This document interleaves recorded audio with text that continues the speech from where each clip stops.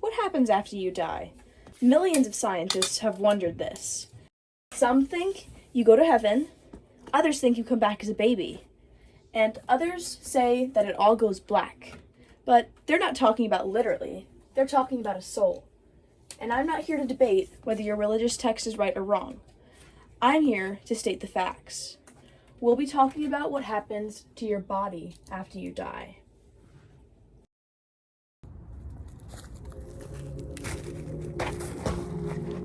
$60 billion worms. That's how many of these guys there are for every one of you. Do the math, and you get about 480 quintillion worms. It's also extremely difficult to understand fully. So let us break it down for you. As you all know, the ocean is huge. Imagine you're standing on the shore with a measuring cup. Now fill that measuring cup with 100 ounces of water. That measuring cup is now equivalent to 1 worm. Repeat this process until you have entirely emptied the ocean. The pile of worms now behind you is total to all the worms in the world. No matter how your body's disposed of, you'll always end up back in the earth.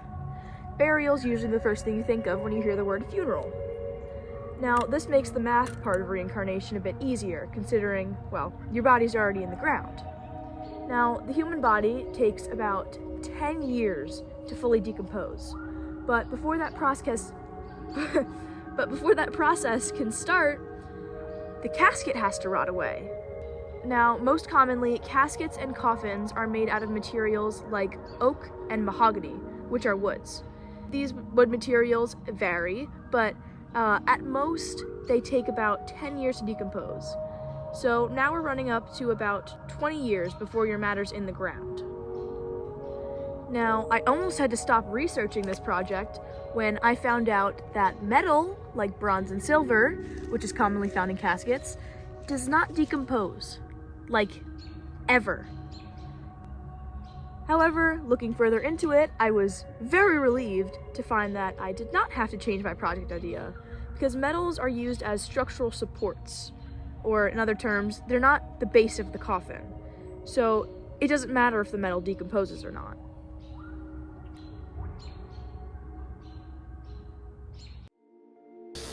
Now, there are about 10 to 20 worms per every square foot of soil. So once your matter's decomposing, or starting to decompose, worms will start moving it around.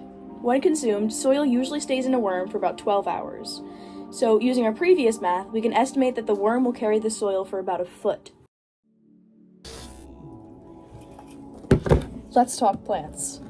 For every square foot of land, there's roughly 40 plants, blades of grass included. Now, in a cemetery, there's grass everywhere, So, from here on out, we'll be assuming said body was buried. Why? Because cremation strips the body of all its nutrients and makes the ashes very high in sodium, meaning no plant is likely to absorb it at all. Now, blades of grass have roots that usually go about half a foot or a foot down into the ground. The average casket is buried about 4 feet deep. And if we used our prior estimation and logic, it would take worms a collective week to move the particles from your body in range of plant roots. It takes plants roughly a day to absorb nearby nutrients into their roots and up the stem.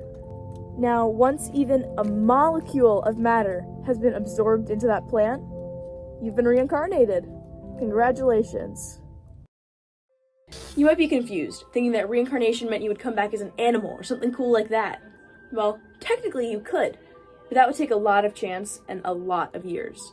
So let me graze over the math before we round up our totals. In the science world, there are many laws, but one of the most well-known is as follows: the law of conservation of matter. In any given system that is closed to the transfer of matter, the amount of matter in the system stays constant. This simply means that matter cannot be destroyed. But there is one exception, or not really exception, but kind of kink in this little term. It's that though matter cannot be destroyed, it can be moved into different, or transferred into different forms of energy. For example, if put under the right circumstances, like digested, matter can be morphed into energy. If you wanted to become an animal, you would very likely become part of a herbivore. Let me clarify. When you become an animal, the amount of you inside said animal would be about the size of a grain of granulated salt. Granulated salt is the really, really small kind. Anyways, it would take the animal to eat the grass, absorb the nutrients, which would take about a year to fully guarantee that happening. Now, once your matter is in the animal, it would be then converted into energy, which would likely be filtered out of said animal in about 5 years. For your matter to end up in another human, you would need all the luck in the world. The chances of a human directly consuming grass is low, and a blade of grass in a cemetery would make those chances even lower. It isn't often that bugs and small rodents are eaten by humans, so using the life cycle and food web, it would take a few thousand years for your matter to become a part of a human. Let's gather our final numbers. For matter from a buried human to end up in another human, it would take about 10,000 years. For matter from a buried human to end up in a plant, it would take roughly 27 years. And finally, for matter from a buried human to end up in an animal, it would take about 31 years. But wait, worms are animals too.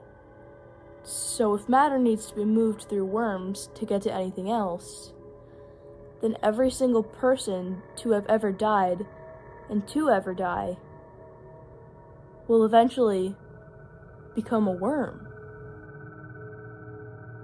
Who are you?